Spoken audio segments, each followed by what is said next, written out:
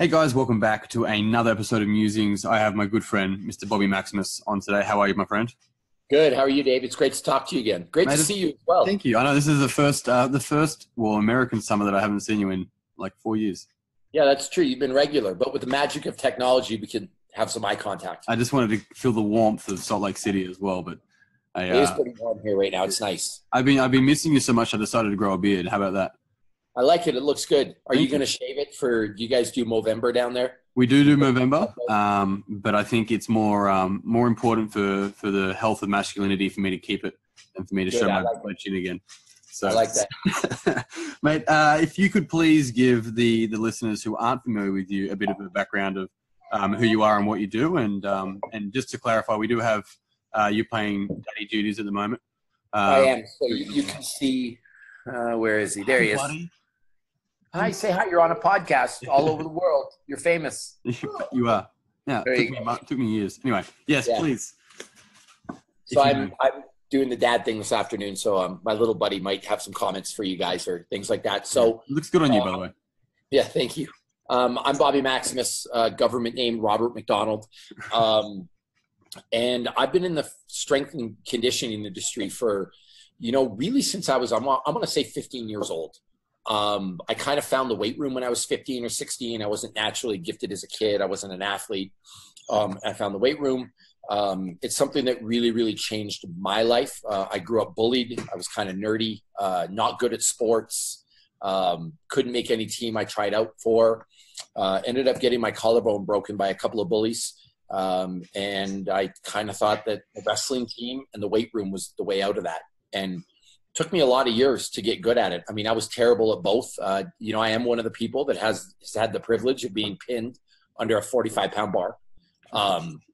And it took me a while to get good, but when I got good at it, it kind of set the table for the rest of my life. I went on to fight in the UFC. I was second in the world for kickboxing. I recently won a world jiu-jitsu championship. And so a lot of incredible things have happened, honestly, because of the weight room and because of wrestling. And when I say the strength and conditioning industry, once I kind of got good at it, so maybe not 15, maybe 20 years old. I mean, I was working in a global gym when I was 20 years old.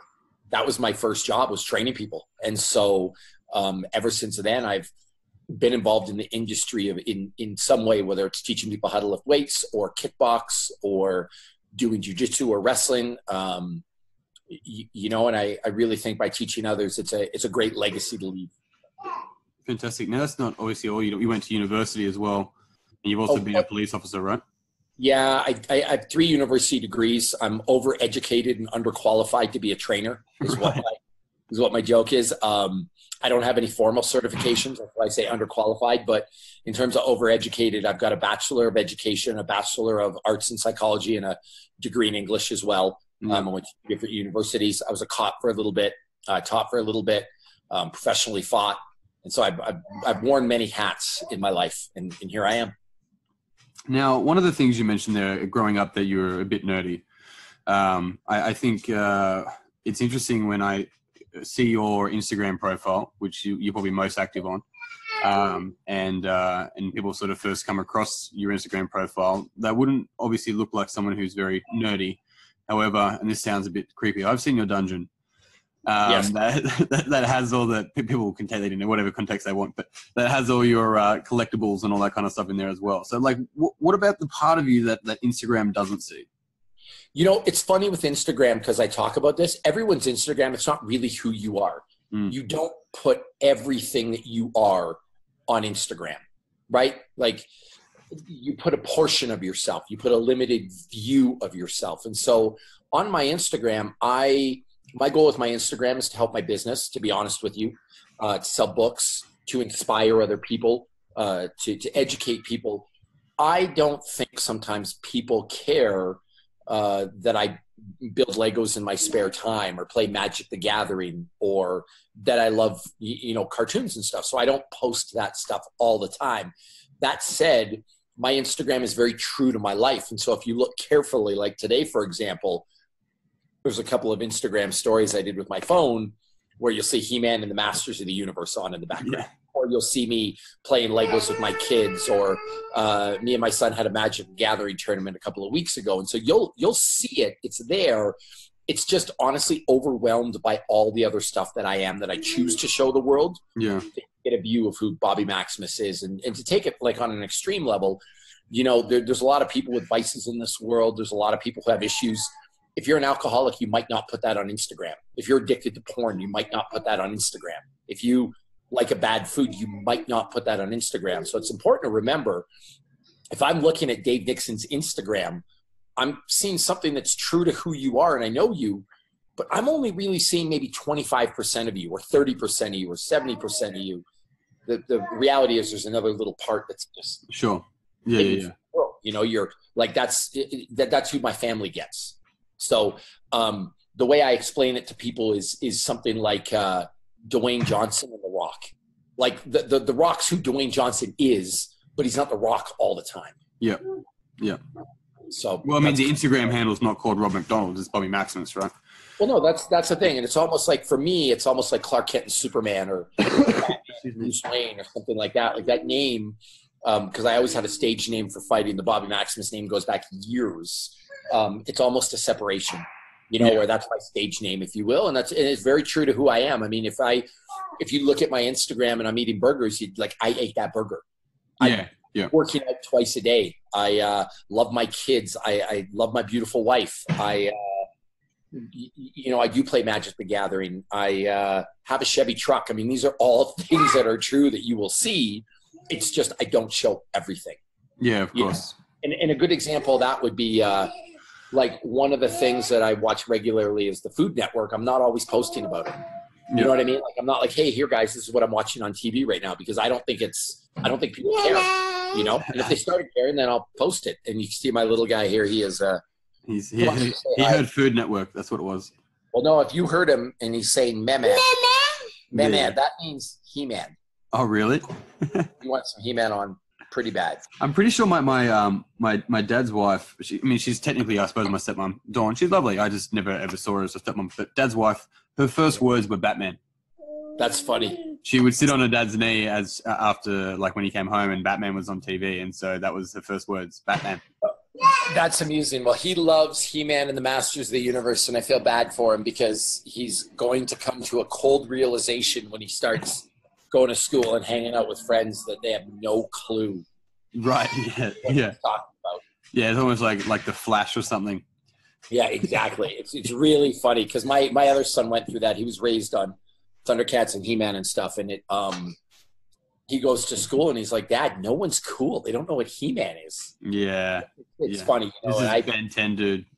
Yeah, it's funny too because I actually saved. It's over in the corner. I wonder if you can see it over in there, that pile of toys. But I saved all my He-Man toys from when I was a kid, so he's got all the toys and the characters and everything. So it's funny. That's great. It was interesting, I mean, going back on the social media stuff as well, and the persona. I mean, like, that's the thing. Even the word persona means mask. It's Greek for mask, right? Yep. So personality comes from that as well, because it's still a mask that we wear to be able to face and understand society. And it's just like, one of the things I recognize by spending my time in the States and seeing a lot of people, from yourself to I mean, CT Fletcher to, you know, a whole bunch of other people that are relatively, you know, active on social media and big influencers in this, and actually like proper influencers, not just I take a high resolution photo on a Bali holiday or whatever. Like, I'm talking they're actually influenced by what they do, not what they post. Yep. But what I recognized was that all of them were, and I think I mentioned this to you last time I was with you, they're all showed like a highly caffeinated version of themselves.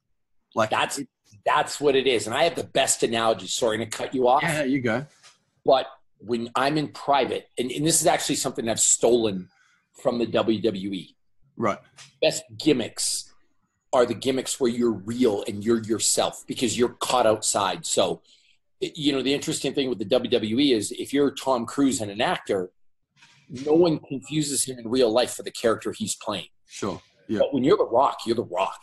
Yeah. When John Cena walks into a restaurant, you're John Cena. You got to be on. Yeah. So they all play a character that's true to themselves, but their volume level when they're walking around is a 3. Mm-hmm. When they're on stage, they just turn the volume up to an 8. That's why it's easy to get in character. Yeah. Absolutely. Yeah, that was the biggest thing I recognized. And I was like, everyone's normal. Like, they're themselves. They're happy to be themselves. And then they just exactly right. They turn it up. They have a couple of coffees. Well, it's funny you mentioned CT Fletcher. He's a guy I look up to, a person I know, a person I've conversed with. And it's funny because, yeah, he might yell once a week. He might yell once a day. He might yell in your workout, but you could spend a few days with him and he's just a calm, normal guy. Yeah. Yeah. What do you choose to show the people are more interested, you know, with his yelling or his swearing at people or his workout motivation than they are just listening to him talk, you know, with his kid or talk with me about the UFC or something like that. Yeah. I'll tell you one guy who is extremely highly caffeinated in all the fucking time is that Juji Mufu, John Call. Yeah. So after I saw you last time, I went there and I spent 3 days actually with him. He's a really good dude. But yeah, at the gym, workout just started. Some music kicks in. I got theme music. But yeah, and so but he's constantly just fucking like ADD. He's not ADD specifically, but really intelligent dude, but just like go.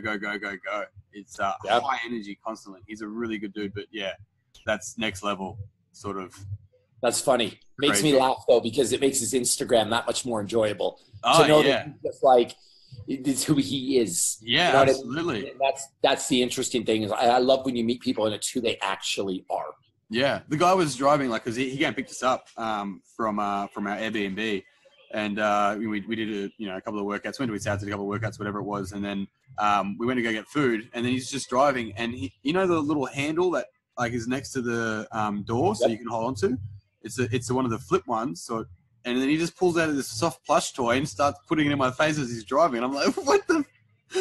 Like, it's just completely random dude, but good guy. But yeah, I find it interesting. I think going back onto the whole social media presence once again is that sometimes we can get caught up in the highlight reel, but thinking that this person this is what they actually think all the time, or who they actually are all the time, not realizing that it simply is. They're putting on the WWE and the other part of it is the missing part that we haven't talked about is what somebody's filter is too. Yeah. You and I could look at the same social media and get a different view of it. Yep. So to give you mine as an example, it's funny. I post about my struggles. I post about stress I've had. I post about being really sick. Some people don't even know because they only see what they want to see. Mm. You know, and it's funny because I could post a burger and a shake and then a burger, and you wouldn't even be cognizant that I posted a shake. Yeah. You see through your lens. Does that make sense? Totally, yeah. All he posts is burgers. It's like, no, he doesn't. No, he posts about real food. He posts about, I posted walnuts and blueberries once. And the reality is you were probably scrolling through your feed and liked the picture, but didn't even know it was from me. Yeah. Because it was something that you didn't think I would post. And so we all put our filter on somebody else's Instagram too. So this whole thing, there's a social media backlash about it causes depression and sets up an unrealistic expectation for people. My whole thing is personal responsibility. If you're not smart enough or you're not intuitive enough, or you don't have the self-confidence to understand that someone's only posting their best moments, or a photo's been edited, or that's not 100% of how somebody lives. The problem is with you, not with social media. Totally. Yeah. Yeah, no, I 100% agree with you. And I think it's one of the things at the moment we're in a space where it's just like people constantly talk about their rights, but they're leaving out the other half of the conversation, which is their responsibility. And well, yeah, and you're right to like not look at something or not believe it at face value or not. I don't want to get all political, but I actually had an interesting something here going on in the States with this Brett Kavanaugh. He's going for the Supreme Court.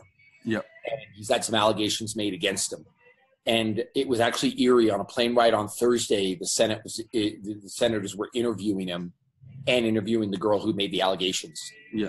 And it was funny because every single person on the plane, number one, was watching it. It was the quietest flight I've ever been on in my life. It was eerie. Yeah. But the interesting thing is when it landed and everyone watched the same show, when it landed and the TVs got shut off, arguments started to break out. People started talking. And you could tell what people's political allegiance was, depending how they took watching the same thing seen it from two completely different angles. And I could care less about politics. It was just funny to me. I'm like, we all just watched the same thing. Yeah. Yeah. And there's two radically different views based on what you've brought to the filter, or like what filter you brought to the table. Totally. This cognitive, like unconscious bias, right?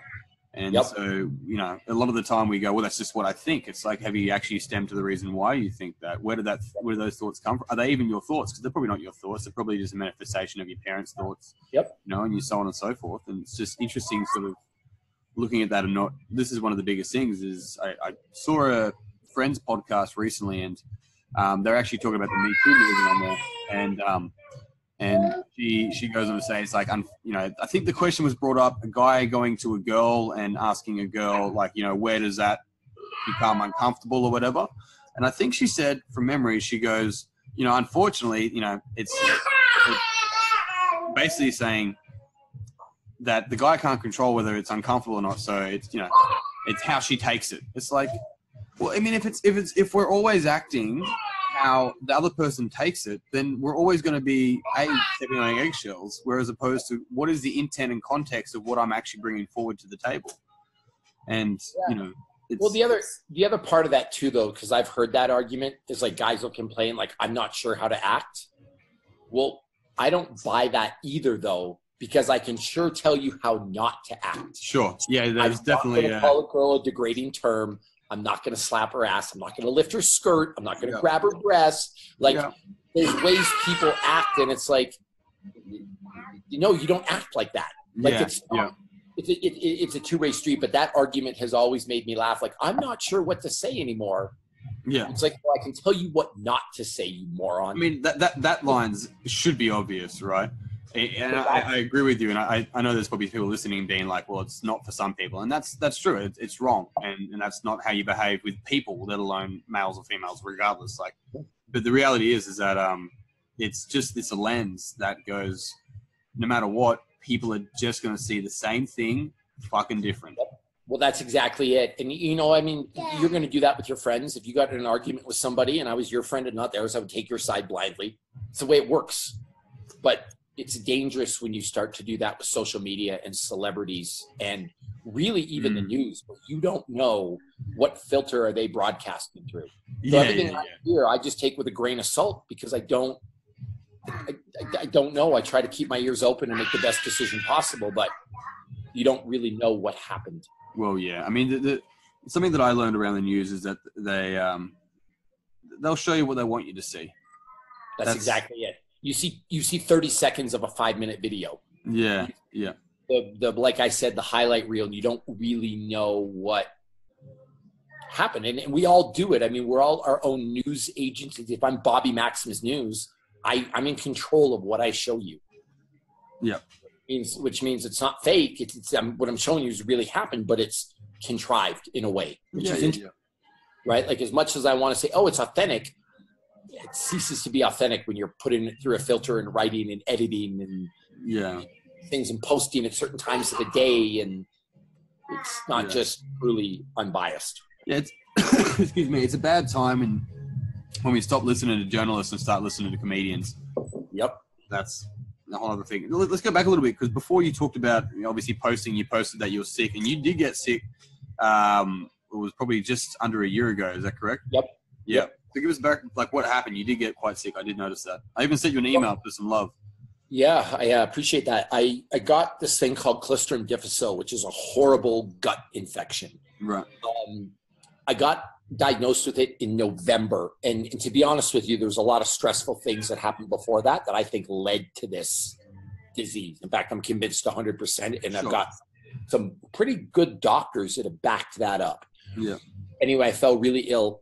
At first I didn't take it that seriously. I'm the kind of guy that I kind of take everything with a smile on my face. So if you told me I had cancer and was going to die in 6 months, I would have the attitude of, I'll be here in 10 years. Like, I just think I can beat anything. And it was the first time in my life I had an illness that wasn't getting better. It got progressively worse. And in January, I really bottomed out. I ended up losing 47 pounds in 30 days. Right. I was shitting blood. I was pretty much bedridden. I was a mess, couldn't train, sleeping an hour to 2 hours a night.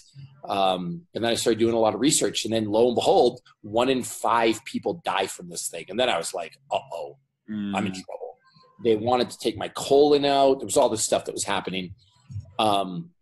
Went on meds, went on more meds, nothing happened. Finally got what's called a fecal matter transplant, where they introduce somebody else's essential feces into my system. Yeah. My mate, sorry, just on that note, my mate has a documentary called The Gut Movie, which goes through and shows how, like, that's a legitimate thing that's making big changes in the medical industry. Oh, yeah, it can completely cure people's issues. And so my Clostridum difficile went away, but then I was left with ulcerative colitis, and pretty bad. To the point of medication, and you should take your colon out, blah, blah, blah, blah, blah.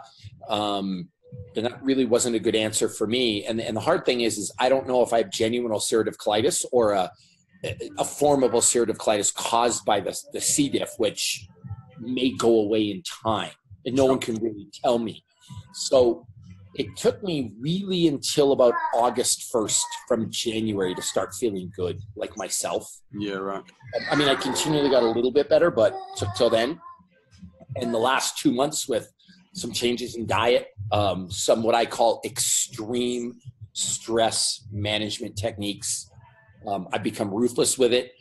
Some better sleep, and just some things like that. I'm almost in remission. I still have some bad days, but I'm winning a lot more than I lose. That's good. August the 1st, hey? That's a fucking long period of time. Yeah, that was the first time I felt like, when you go into the gym and you feel like yourself a little bit, it was like, okay, I think I'm okay now. And even since then, I mean, I might have had 5 bad days in August, which, like I said, out of 30 days, great. Yeah. But I'm still not 100%, but I'm way better than, put it this way. If I felt like this right now, I would assume I had a minor food sensitivity. I wouldn't go to the doctor. Yeah. So I'm doing okay, Yep. No, okay. So extreme stress management technique. Is that what you said? Yes. All right. I want to know more about your extreme stress management technique. Do I rub my ears, woosah? Like, what are we doing? Yeah. So there's a couple things here. First of all, I think most stress is self-induced. Yep. Number one, we can't, and here's what I'm really big on. We can't control what happens to us, but we control how we react to it. Yep.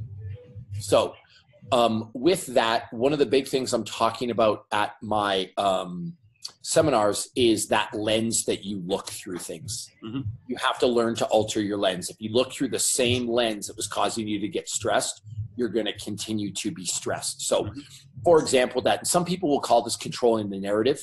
You control the narrative of what happens. But just as a simple everyday example, I'm stuck in traffic for an hour. I can beat the steering wheel. I can swear. I can sweat. I can be red-faced. I can be angry.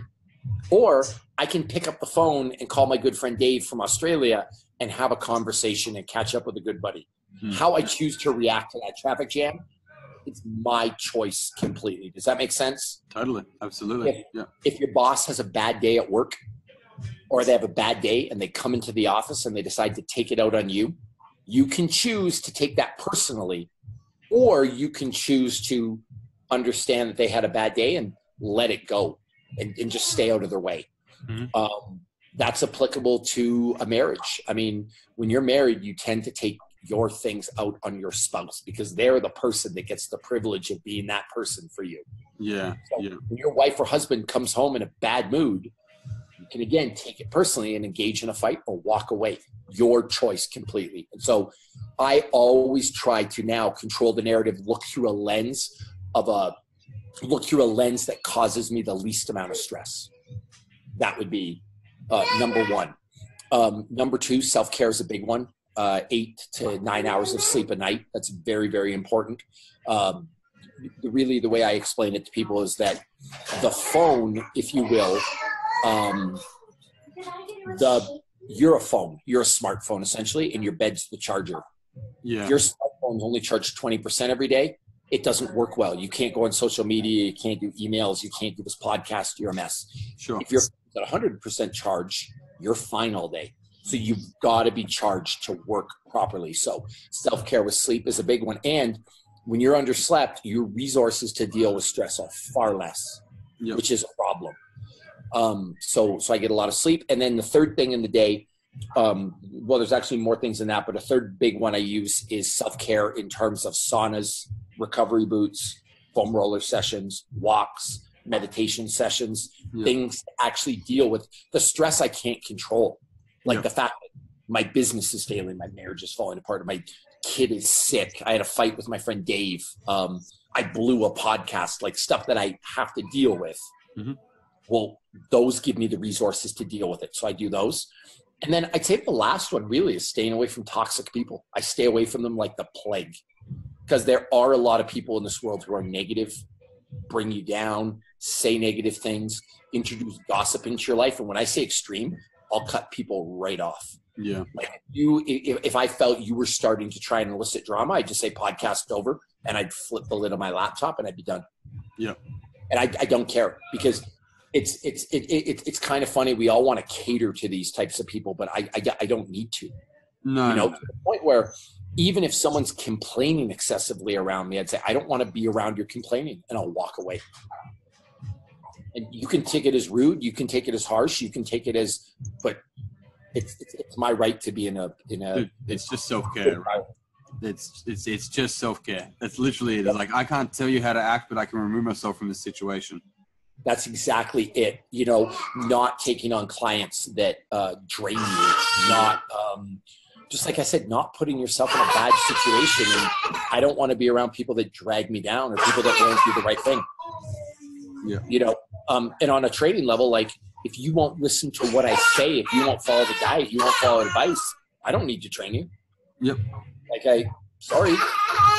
Yeah. That comes down to this side, and this is very similar to us. And obviously I've spent a bit of time with you, and during your time at Jim Jones as well. And one of the things I really learned and sort of solidified and expanded on was this idea of like you don't have to be here. That's one. You get to be here.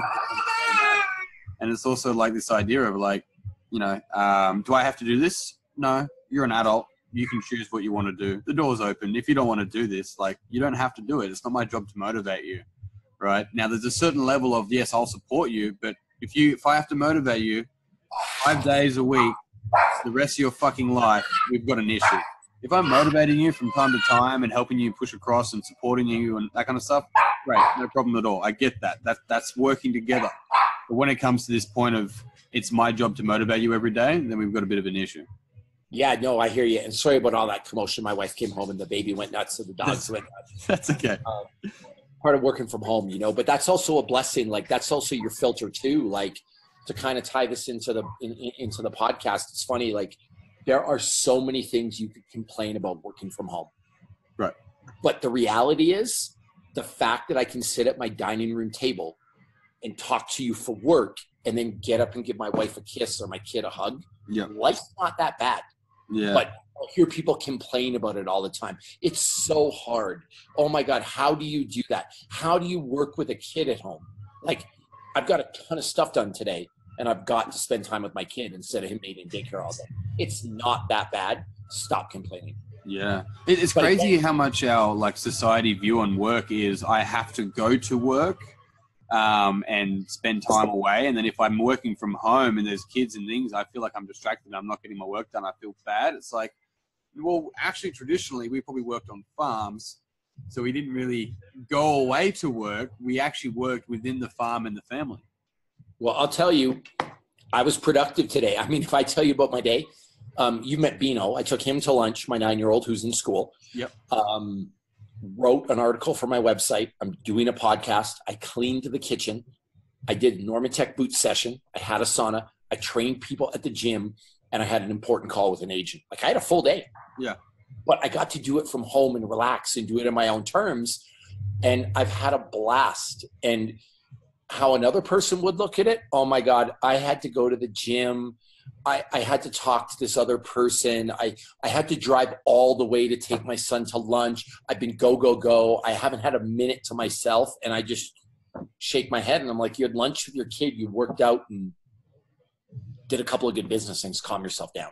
Yeah. But we're own.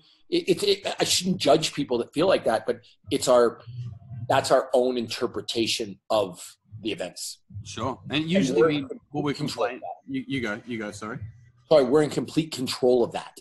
Yeah. So you can look at it like you've been going a million all day and you've had a rough day, or, you know, I feel bad. If someone was to say that to me, I'd say, dude, calm down. You talked to your buddy from Australia, you sat in some massage booths, you had a sauna, and you hung out with your kids. Like, honestly, fuck off. Yeah. That would be my, like, when I talk about extreme stress management, like, cry. You weren't in a cubicle for 12 hours getting yelled at. Yeah, doing shit you don't like and paying for a house you don't fucking live in.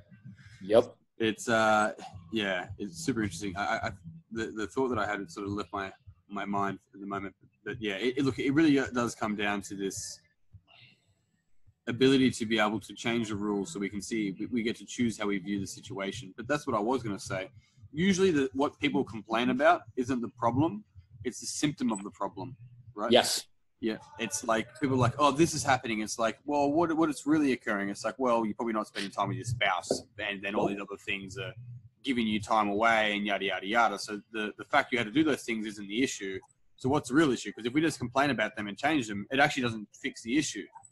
No, and those people will never be happy, right? Like, if their problem was money and you gave them money, they wouldn't be happy. Yeah. If it was their house, you gave them the house they want, they wouldn't be happy. If you give them the job they want, they wouldn't be happy. It's just perpetual complainers. So I'm just like, deal with it.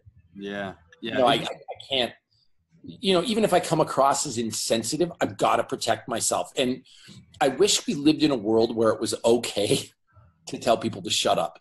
Like when someone's doing the wrong thing, you know what I mean? Like, obviously that's a slippery slope, but there are times where you've got a person being a jerk and nobody stands up to them. Yeah. You know, a perfect example of that would be you're in a Target or a Walmart or a Costco or a store, and there's a belligerent customer yelling and cussing out an employee there. Yeah. Like I have no problem stepping in front of the person and telling them to get out of the store, or saying, talk to me like that and watch what, like there's a certain point where it's like people get away with murder these days. Yeah. They're allowed to behave so poorly and we give them a pass. They're dehumanizing people, right? And it's just like, well, this is a demise of society. When we start dehumanizing other individuals, this is when society turns out to be like, we're in this together. Like my favorite is, well, that's just the way they are. Yeah. Since when was that an excuse? Or my other favorite, and I went to town on people about this, but I've got to be careful how I say this. There are people with genuine mental illnesses out there that need help. But now, and I think it's insulting to people that really need help, everybody's on a spectrum. Everybody's autistic. Everybody has a problem. So if you're just a jerk all the time, someone's like, well, no, he's a narcissist. He has Asperger's. He's on a spectrum. Well, no, maybe you're just a fucking jerk. Like there are some people that, and I think it's insulting. Like if you've ever met somebody with genuine Asperger's, it's a problem. Like, being a jerk doesn't mean you just have Asperger's or you're on a spectrum.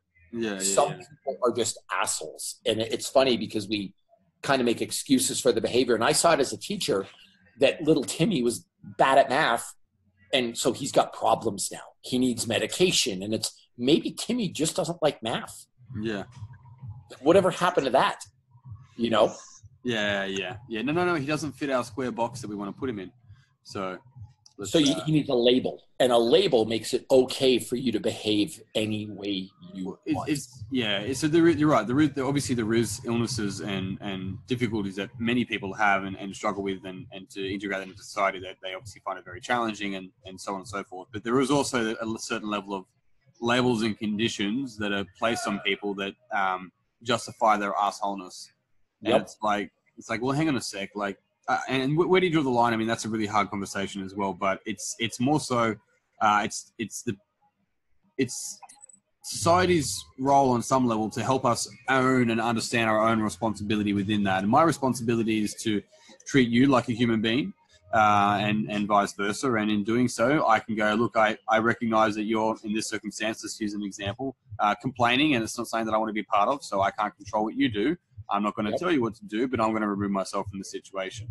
You know, it's like simple as that. And that can be in any form of conversation. It can be with family. That's what people don't fucking realize. You can do that shit with family.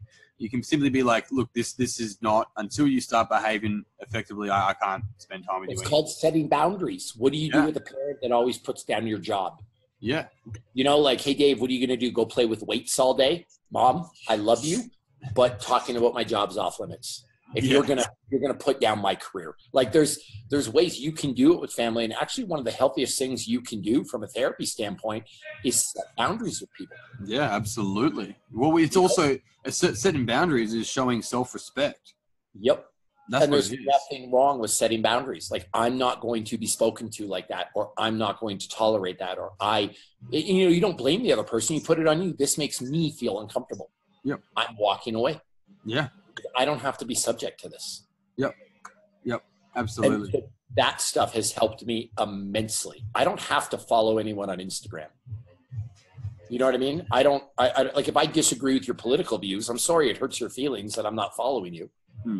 Nothing personal. Yeah, I try not to post too much about political. Yeah, I don't like what you post, and I don't want it in my newsfeed today. Totally. Fair enough. People get their feelings really hurt by this, but I've got to look after myself. And it's nothing personal. Yeah. It's interesting. I mean, earlier you mentioned about, you avoid toxic people like the plague. But the thing about it, though, is that it is like the plague. Like, people that are in this drama cycle, and this is something that even I recognize with myself, is that, like, I grew up and I always had high stress with one parent growing up, right? And so what happened is that when I no longer live with that person, what I've recognized in my later 20s was that I would always find someone to have some sort of high stress relationship with that I cared about. Yeah. Yep, exactly right. And when I recognized that, I was like, oh my fucking God. It's like, how many people have variations of this that they run around with? It's just like, someone's got a problem with you. They probably don't have a problem with you.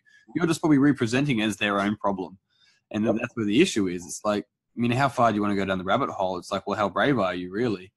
But it's interesting, like the toxic thing and the plague is like, some people can actually pass on their toxicity. So yes, we do have to make sure that we avoid all of that. And because I have somebody that comes and they present me a problem, and I do a fair bit of coaching.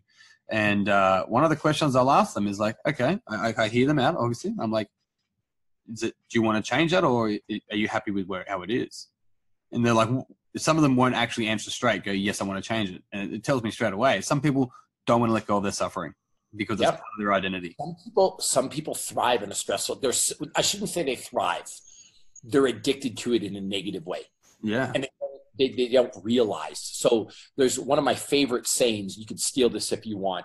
And I've said this to people that continue to make the same bad life decisions and act like a victim, that maybe the common link in this chain of dysfunction is you. Yeah.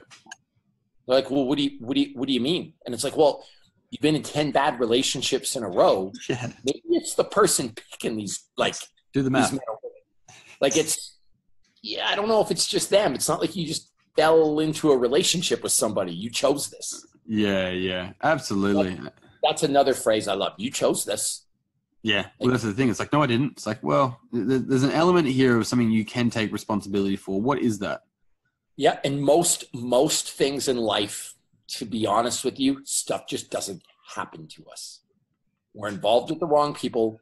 We're in a bad relationship. We don't eat right and our health suffers. We don't go to the gym and our health suffers. We don't try hard enough to keep up relationships and they fall apart. At the end of the day, some part of it that you got to bear some responsibility for this stuff. Yeah. Well, I mean, if you don't, because the other angle on that is, Bobby, it's your fault and I'm going to grow because of it. It's like, no. You only grow for the stuff that you actually accept responsibility for. Well, even what we just talked about, maybe the problem isn't me. Maybe it's not them. Maybe it's just that I didn't set boundaries. Maybe that's the problem. But again, that's my responsibility. Yes, and that's exactly right, because we can only grow from the things that we accept responsibility for. Yep. Yeah, indeed. That's very good. I have, how much time do you have left before you got more daddy duties? Let's say maybe 10 minutes. Beautiful. I got a couple of questions from my mood prep family, if you're cool with that. Yeah. So Martin goes, dig Rob's work. Can you guys get more in depth on the subject matter behind the mine is primary? Fascinated by the process of getting the headspace right in order for the rest to follow. Yeah. The big thing, I mean, we talked about that this whole podcast, which is great, or this whole show about de-stressing. I mean, because all that's mental. How you control the narrative, it's mental. So you can apply all that stuff to the gym. And so how I approach a workout, completely under my control. One of the things I've always said, and I didn't come up with this, but I may not be as good at basketball as Michael Jordan is. I may not be as skilled as Michael Jordan, but there's no reason I can't take it as seriously as Michael Jordan. Right. There's no reason I can't practice as hard as he practices. And so one of the things I teach people is it's fine to just show up and lift weights, but that's not enough. If the space between your ears isn't screwed on tight, you're never going to truly achieve your potential. And it's not your legs that allow you to squeeze out an extra 3 reps. It's your brain. When the voices tell you to quit, what do? You have to control that narrative. You have to control that. I call it a negotiation between the good voices and the bad voices in your body, or in your brain. I mean, that's part of it. The other big part of it is dealing with your self-imposed limitations. That's a big one. Some people don't believe they can lose 20 pounds. Well, if you don't believe it, you're not going to do it. Yeah. So your self-imposed limitations, figuring out where they come from and how to deal with them, and working on your confidence through various. My book, Maximus Body, talks a lot about how to deal with self-imposed limitations and build confidence. Because once you can do that, I think the physical stuff is easy. Yeah. Yep. Yeah. I think, I mean, how much longer do we have to talk about on that subject, right? Yeah. 8 years. I mean, it's all I talk about, really. And people ask me, and I'd like to close that out. Why are you more fit than other people? It's not a pill. It's not some secret. It's not some book I have that I've never released. The fact is that when I'm tired and I don't want to go to the gym, I show up and I do something. When I go to eat after this show and I can make a good decision or a bad decision, I choose to make a good decision. I mean, it's not complicated. Anyone can do it. I just show up and I don't quit. And, I mean, there's a secret. You should sell that. Show up and don't quit. Yeah. If that's how fit would this world be? Because you're in the training industry. If every person just showed up an hour to the gym and just worked to the point where they sweat a little bit. Yeah. There's like the fittest world it's the fittest world we can imagine. Yeah. It is actually that simple. What is it? There was the CIA Central Intelligence movie with The Rock and Kevin Hart. Where, it was simple. I worked out 7 hours a day for 10 straight years. Yeah. And he's like, what the fuck? Yeah, that's right. He's like, it was really simple. But it's true. That's really like, okay, there you're good. And it's funny that people will see somebody train twice a day and eat well, they still think they're hiding something from the world. Yeah. No, it really is that simple. So get your mind right, and if you can make some good choices, it's easy to get fit. Yep, love it. Good man. And we have one from Steph. She goes, for Rob, what is the one failure in his life that he has learnt the most from, and how did he overcome that failure?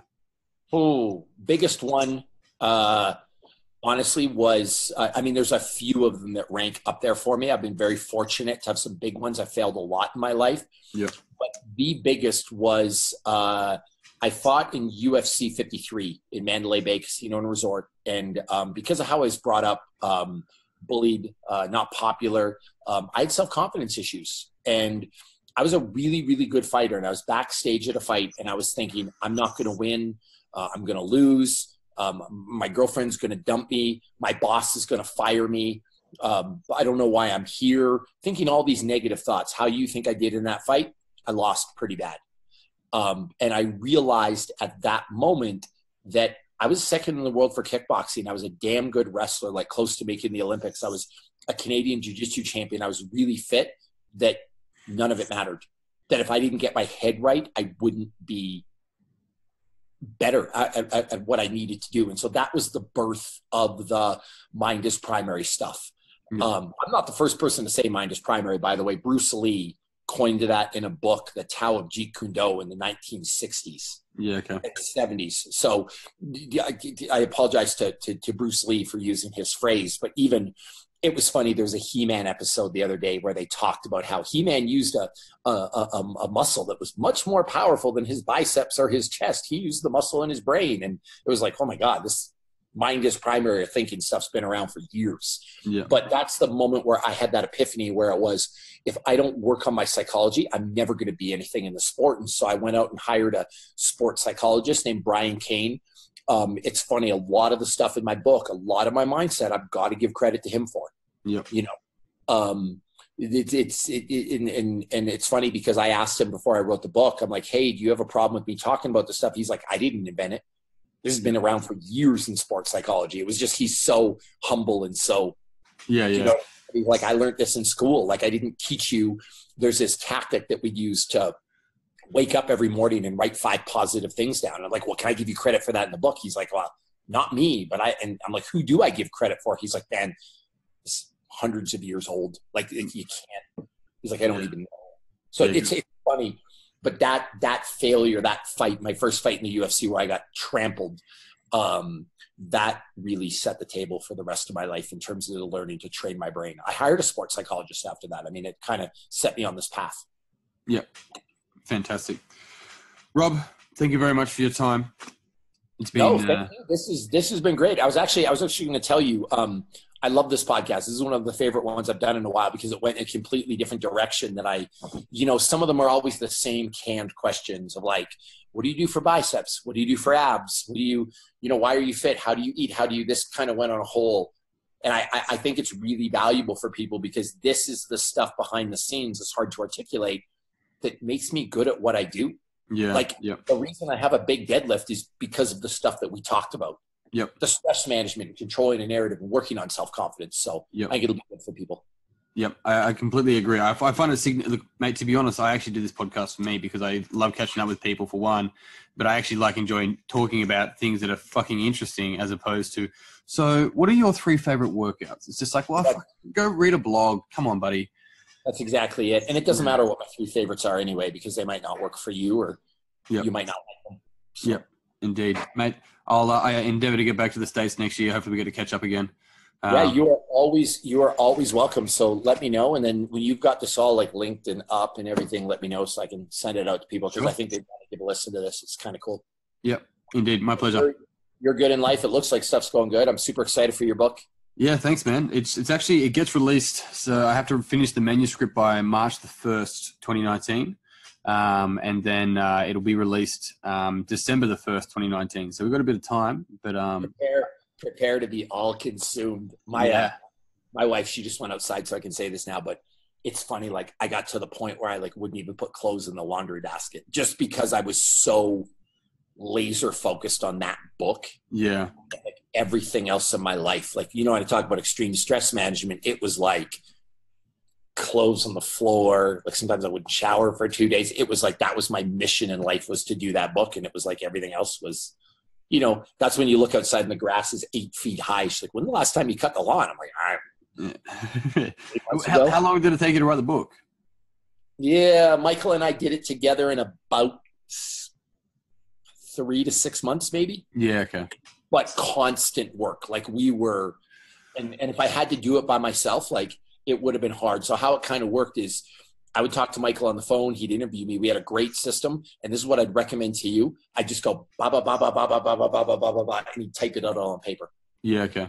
And then clean it up a bit, pass it to me. I'd clean it up, pass it to him, clean it up. It worked so well. Yeah. So like one of the things, if you have one of those dictation things, is to talk like you're teaching a seminar. Yeah. So my book, it seems like I'm there talking to you because that's the voice it was written in. Yep. I hear you. Yeah. That's a goal as well. Like with one of the things that I teach in my seminars with other coaches, and that it's like, what's so crucial is that if somebody listens to my podcast, they come to my seminar, they read a blog, they read a book, they see me in the street, that it's all the same. There's congruency across the board, that the way that I write sounds like the way that I talk. I want to make sure that if I'm writing something, people hear it in my voice. Yep. Well, and it's funny, like he would say, tell me about stress relief. And that's easy for me. Okay. When I go to stress relief, here's the things that I do. And then he'd be like, what are the number 1 and 2 and 3 things you do for recovery? Well, for recovery, I'd have a sauna. Why does that work? Blah, blah, blah, blah, blah. I could talk all day. When I sit down to write it, it takes forever because I'm starting like, what paragraph do I open with? What, especially being an English major, I'm super fancy with my writing. Yeah. So to just blurt all my ideas onto paper, then have somebody format it for me, and then I could go over and write in my book. And so we worked together. And so the book never would have happened without him. It really helped. So it took about 3 to 6 months. If he wasn't there, I'll bet you would have took me double the time. Yeah, right. You know, like honestly, like just being, and that was probably 5-6 hours a day. Yeah. Like, wow. And the other thing too, I found is it took 2 minutes to go from 0 to 90%. It took the rest of the time to go from 90 to 100.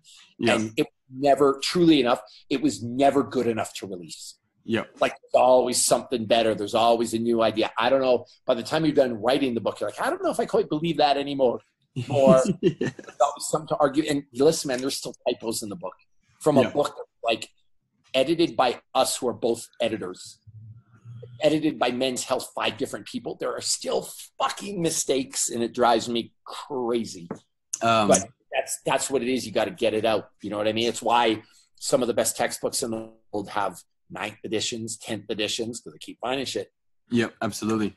I remember a quote I remember hearing from Tim Ferriss, and he was, I think it was at his first book conference, right? And author conference or whatever it was. And it was just before the 4-hour work week.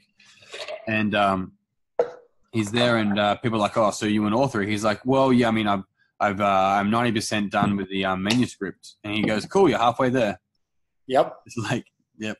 Oh, and that's what it is, because there's so much like, and you start nitpicking words, phrases. Like there's 100 workouts. I could put 1,000 workouts in there, but it's like maybe this one, maybe not this one, maybe like. Holy hell. So it also helps with confidence having a really good co-writer, because you can go a little bit like what's on you by yourself. It's scary. Yeah. Yep. When you got a guy who, I don't know if you know Michael Easter, but he's written a million things for Men's Health and he's a professional. It's like, yeah, fuck, if Michael thinks it's good, this shit's good. Good. Yeah. It makes you feel safe. You know what I mean? So if there's somebody that can look it over for you that you trust to say, Dave, this is garbage. Or Dave, this is great. Like that's the hard part, because most people are like, oh my God, you wrote a book. It's so good. And you're like, no, like tell me what's wrong with it. Tell me how I fix it. Yes, absolutely. So in that case, where do people go if they want to purchase your book? You know, they go to www.bobbymaximus.com and there's a buy book tab, or just go to Amazon and Maximus Body. You can get it on Kindle. You can get it on iTunes. It's, like I said, like it never would have happened without Michael Easter. He was a great author, and you're getting 2 people, frankly, like to promote my own book. Like you got me and I'm who I am. And Michael Easter, I think is the best writer in the fitness industry. So he's seen, listen, man, this guy's seen everything. Like I think I've seen everything. He's been to every gym, tried every product. Like imagine the stuff he's access to. So he's like, no, this is the real deal. I mean, if there's one person I call to say, hey, what do you think about this person? Michael, he's got his finger on the pulse. Yeah, wow. Fantastic. And if people want to find out more about you and the seminars that you run and everything? BobbyMaximus.com or at Bobby Maximus. Instagram is my life right now. Yes. So the burger life.